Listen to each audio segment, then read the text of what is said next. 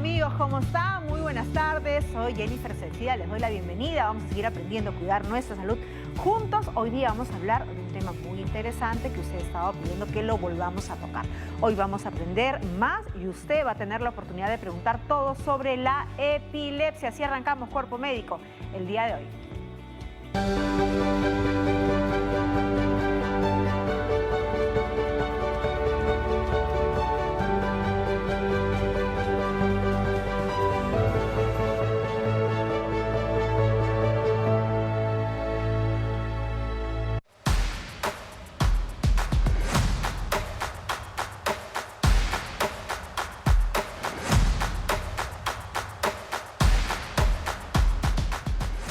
¿Tiene cura pues esto de la epilepsia, esta enfermedad crónica que sabemos que se produce con descargas eléctricas involuntarias de la corteza de las neuronas? ¿Tendrá un tratamiento? ¿Solamente pues alcanza a personas de cierta edad? Bueno, todo eso le vamos a consultar hoy día al especialista y usted sobre todo va a tener la oportunidad de hacerle sus consultas directamente. Vamos a ver qué les parece ya una nota al respecto y entramos con las preguntas. La epilepsia es una enfermedad cerebral que no se contagia, pero que es del tipo crónica y que afecta aproximadamente a unos 50 millones de personas a nivel mundial. Ahora, se caracteriza por convulsiones recurrentes, que son episodios breves de movimientos involuntarios y que pueden involucrar una parte del cuerpo o todo el cuerpo. Y en algunas ocasiones se acompaña de la pérdida de conciencia y de la pérdida del control de las funciones intestinales. Estas convulsiones se deben a descargas eléctricas excesivas de grupos de células cerebrales que pueden producirse en diferentes partes del cerebro. Ahora, las convulsiones pueden ir desde episodios muy breves, de ausencia o de contracciones musculares, hasta convulsiones prolongadas y graves.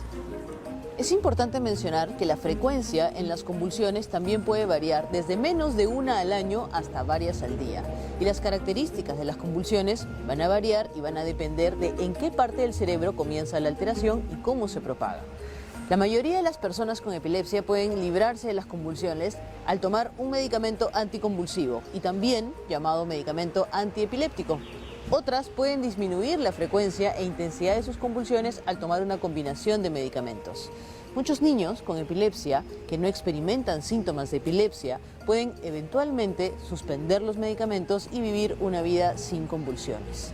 Es importante mencionarles, amigos de Cuerpo Médico, que si usted padece de epilepsia debe siempre realizarse los chequeos preventivos porque la prevención trae consigo salud. Muchas gracias. Muy bien, y justamente vamos a presentar al especialista que el día de hoy va a absolver todas sus preguntas.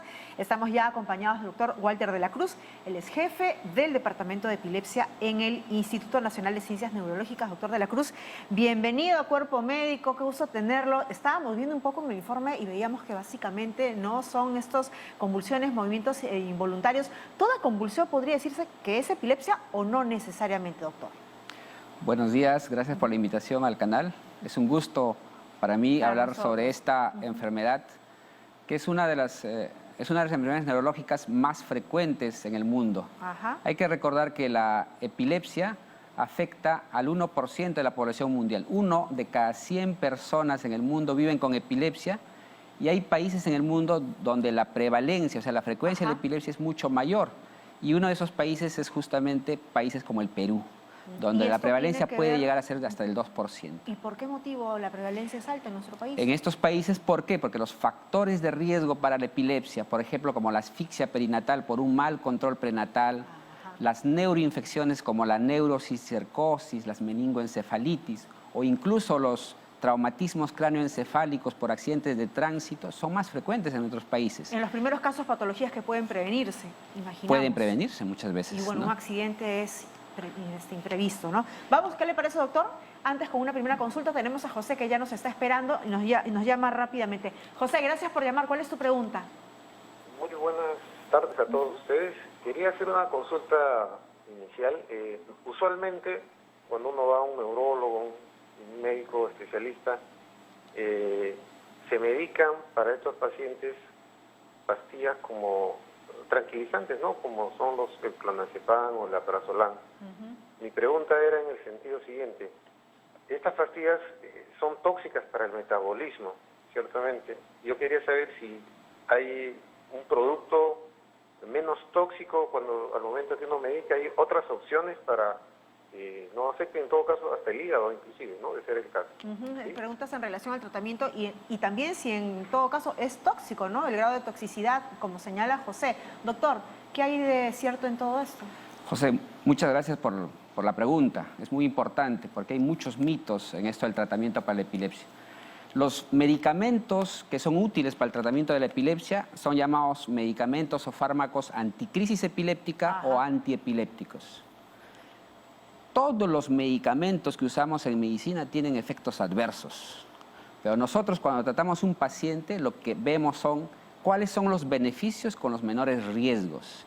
Y en la epilepsia lo que vemos es eso. Cuando tratamos a un paciente, lo que queremos es que él tenga una buena calidad de vida, liberándolo de las crisis epilépticas o disminuyendo su frecuencia y su intensidad, dándole medicamentos, que puede ser 1, 2 o más medicamentos, que no le provoquen efectos adversos. Estos medicamentos tienen efectos adversos como cualquier medicamento, pero está el médico para evaluar al paciente y para darle la medicación más adecuada para su edad, para su sexo y para las comorbilidades que tenga. Digamos, el tratamiento médico, el farmacológico. Obviamente, cuando observamos un efecto adverso y este efecto adverso va contra la vida del paciente, el medicamento se retira y se cambia por otro medicamento. Pero estos medicamentos son ampliamente usados en el mundo y lo importante que hay que tratar es que cuando el paciente con epilepsia toma 1 o más medicamentos, va a estar libre de crisis con una probabilidad superior al 70%.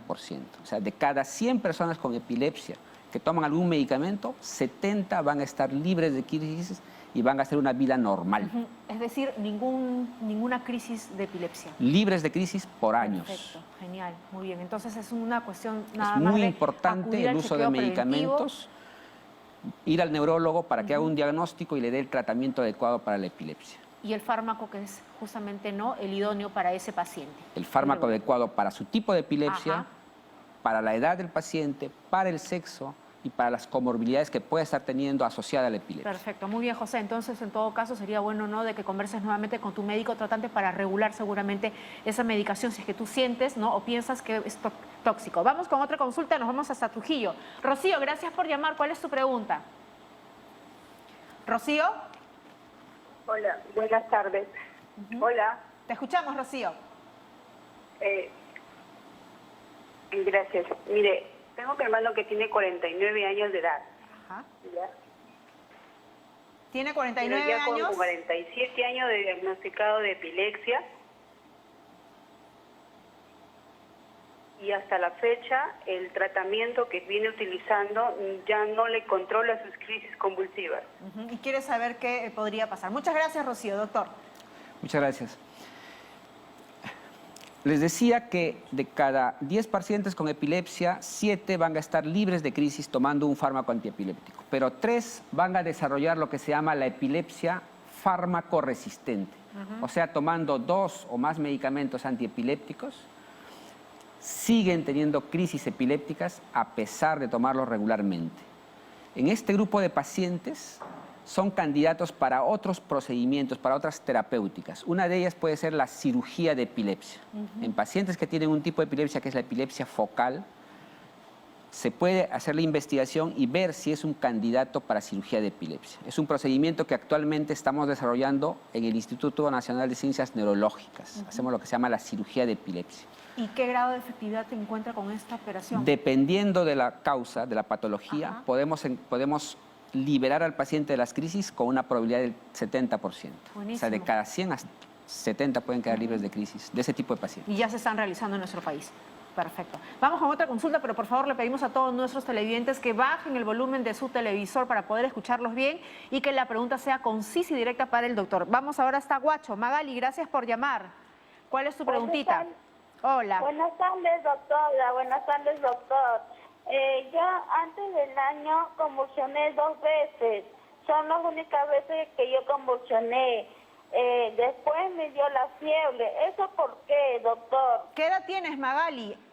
Ahorita tengo de 137 años. ¿Y este año has convulsionado? 2 Antes del año nada más convulsioné 2 veces. Y sin ninguna razón aparente no te golpeaste, no pasó nada, No, solo no, convulsionaste. nada, de la nada. Vamos a ver qué orientación te da el doctor en todo caso. Ya, ok, gracias. Sí, gracias. No le entendí. Me dice que antes del año de edad tuvo Antes. 2 crisis convulsivas, 2 crisis epilépticas convulsivas y actualmente tiene 37 y no tiene crisis.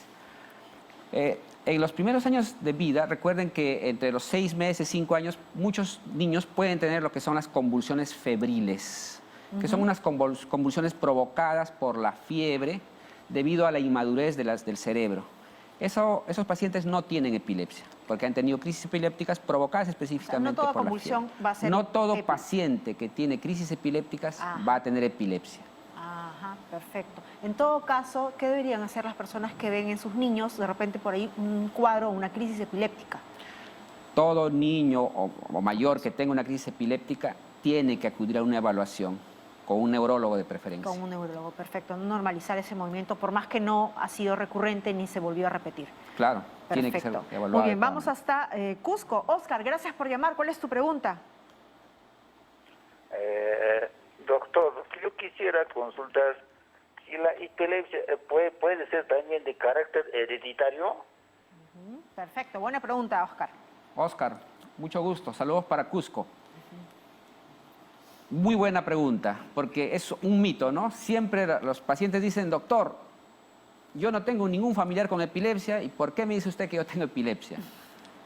Y la respuesta a eso es que solo un 15% del total de pacientes con epilepsia tienen una epilepsia de predisposición genética.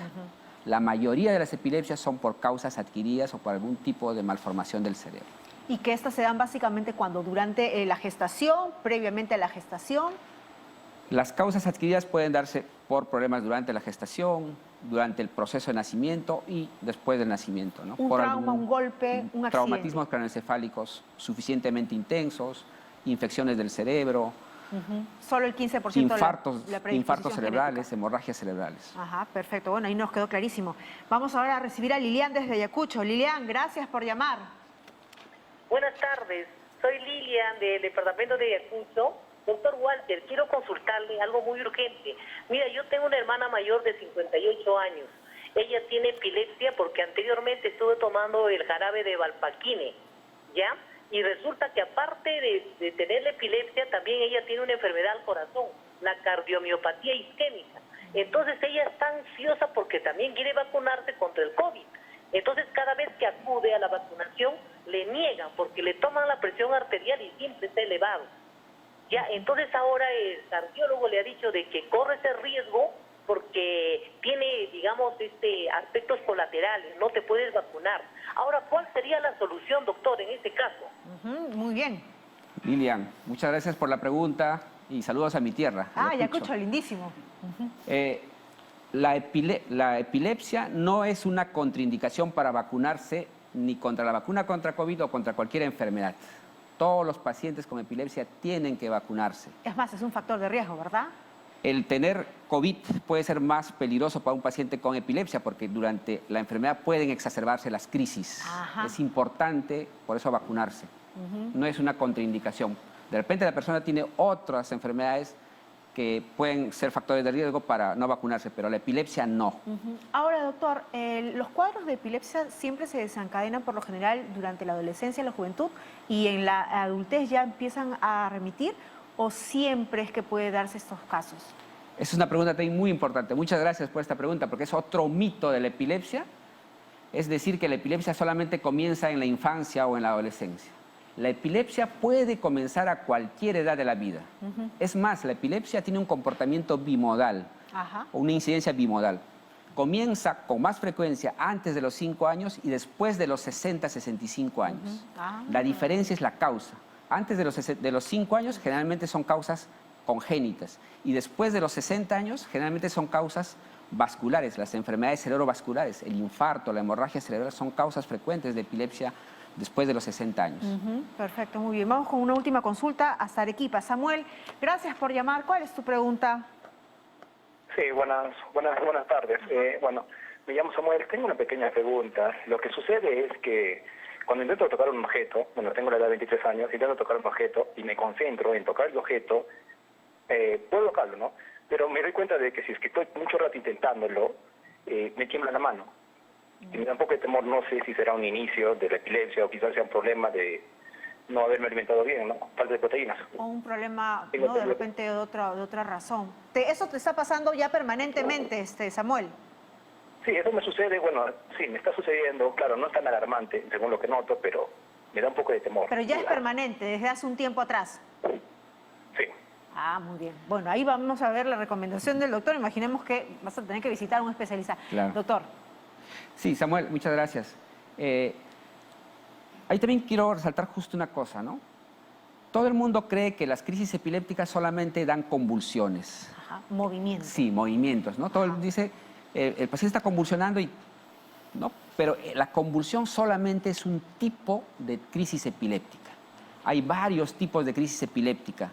Hay las llamadas crisis epilépticas no convulsivas, donde, por ejemplo, un niño solamente puede tener la mirada fija por unos breves segundos, 5 a 10 segundos. Como que se apagó, ¿no? Se desconectó por breves segundos, ¿no? Y esa es, por ejemplo, la epilepsia de ausencia infantil, por ejemplo. Pueden haber crisis que llamamos reflejas, por ejemplo, que un determinado estímulo luminoso desencadena una crisis epiléptica. Y así como ellas, diferentes manifestaciones clínicas. Si a Samuel le sucede esto en forma recurrente, no le puedo decir yo si es una crisis epiléptica, pero él necesita una evaluación por un neurólogo. Tiene que ir entonces a un especialista, un neurólogo. Claro, no normalices esa situación. Doctor, se nos va terminando el tiempo, pero queríamos ya cerrando con recomendaciones puntuales, incluso cómo deberíamos hacer nosotros, las personas que estamos viendo a una persona que tiene una crisis de epilepsia. Muchas veces se dice, métele una cuchara a la boca, la lengua, a la mano, y eso sabemos que incluso es contraproducente. Por favor, recomendaciones. Muy bien, muchas gracias.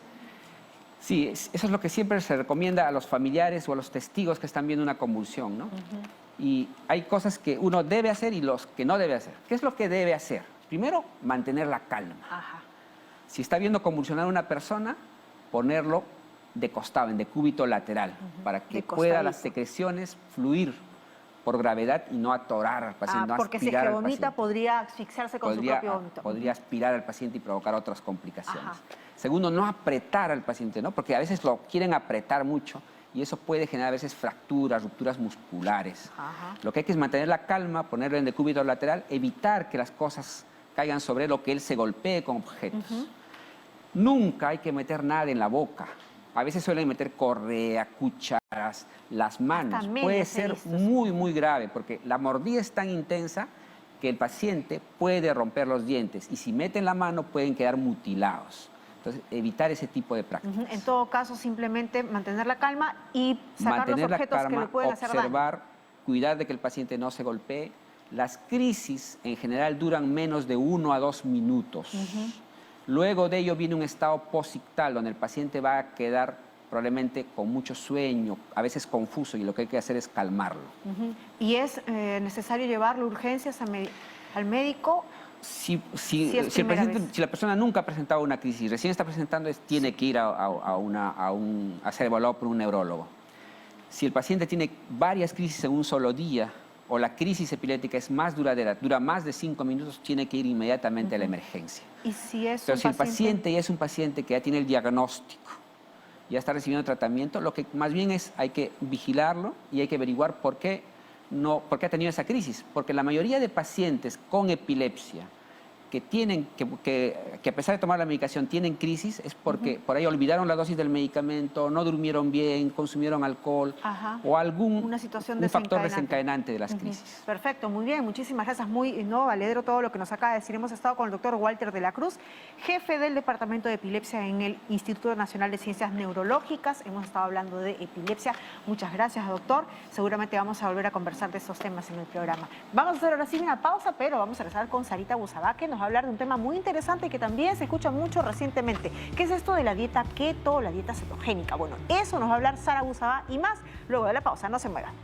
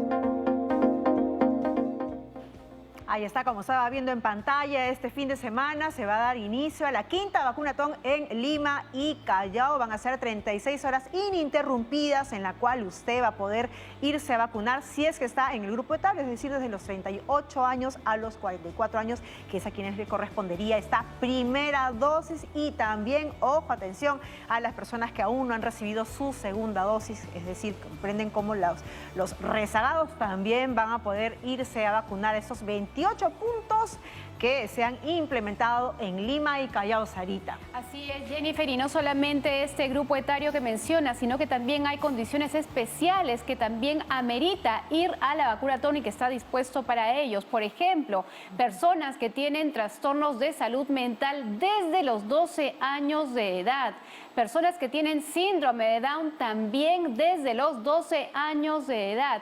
Y por supuesto, personas que tienen enfermedades oncológicas desde los 12 años de edad y finalmente pacientes que viven con VIH desde los 18 años de edad también pueden ir a esta vacunatón en esos 28 centros que están en Lima Metropolitana y también en el Callao. Así es, no hay que olvidar también que pueden ir las gestantes que tienen más de 28 semanas de gestación, que sean evidentemente mayores de edad. Está apareciendo incluso en la parte lateral de la pantalla. Estos centros de vacunación son 28 en Lima y Callao, a los cuales usted va a poder recurrir para aplicarse esta primera dosis si tiene entre 38 y 44 años o de repente pues la dosis que le faltó, esta segunda dosis. Hay que recordar que para lograr esta ansiada inmunidad, ya lo hemos dicho muchas veces, ¿no, Sarita? Hay necesidad de tener las dos dosis. Una es ninguna, dos es la voz, incluso como se está escuchando. Así que, por favor, ustedes pueden ir a estos puntos de vacunación. Hay algunos, ojo, de estos lugares de vacunación que tienen horarios especiales. Se supone que en estos puntos es vacunatón de 7 de la mañana del sábado y acaba a las 7 de la noche del día domingo. Pero, ojo, usted puede entrar a los links del Ministerio de Salud y ver específicamente los locales o los lugares de vacunación con el horario específico, porque también algunos varían entre 7 de la mañana, 4 de la tarde, así que usted mejor verifique bien cuál local va a ir, cuál le va de repente más cerca a su casa, a su domicilio y cuál es el horario. Efectivamente, Jenny, esta es una gran oportunidad, amigos, para poder tener una vacunación masiva en esta oportunidad en Lima y Callao, pero por supuesto que también van a haber vacunatones al interior del país y en su momento también vamos a comentarles cuáles son justamente estos lugares para que puedan acudir a vacunarse y no se la pierdan. Así que, amigos, todos estamos convocados. Claro que sí, participemos en esta quinta vacunatón si es que aún nos falta pues una de las dosis o recién vamos a empezar a aplicarnos las dosis. Y recuerden, la única manera que podemos hacerle frente al nuevo coronavirus. Ahora sí, vamos a continuar en el programa Momento de Ver, Momento de Nutrición.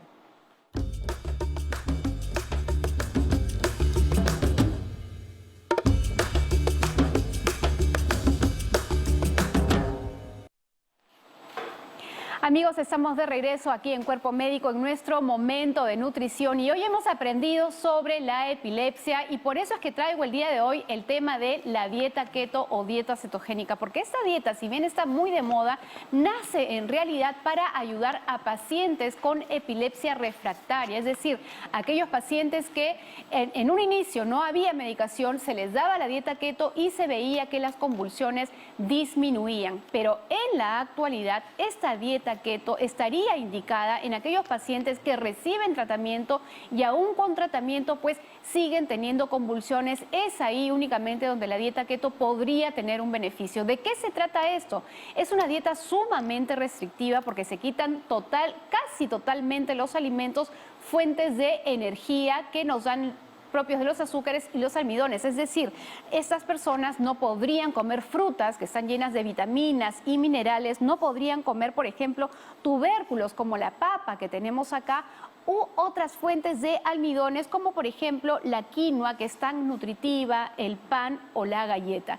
Pero la intención también de hablar de la dieta keto el día de hoy no solamente es para contarles que aquellas personas con epilepsia refractaria podría estar bien indicada, sino que hoy esta dieta, lamentablemente debo decir, está de moda, porque es una dieta restrictiva, sobre todo mucha gente joven empieza a decir, bueno, con esto yo voy a perder peso, y efectivamente, pierden peso, pero muchas veces a costa de su salud, porque es una dieta que al quitarte todos estos alimentos, todos estos grupos de alimentos, menestras, cereales, tubérculos, solamente se basa la dieta en proteínas, en algunos vegetales y mucho en grasa. Y no importa la grasa que te comas en esta dieta, puede ser una fritura, grasa de origen animal, de tal manera que genera problemas en la salud cuando uno no está bien supervisado. ¿Qué tipo de problemas? Que se eleven las grasas en sangre, por ejemplo, que la persona pierda peso, pero que también tenga problemas de deficiencias nutricionales, al punto que una de las cosas más evidentes y que hace que esta persona diga, ok, algo está andando mal, es que hay una caída de cabello drástica, se pierde composición corporal, particularmente la masa muscular.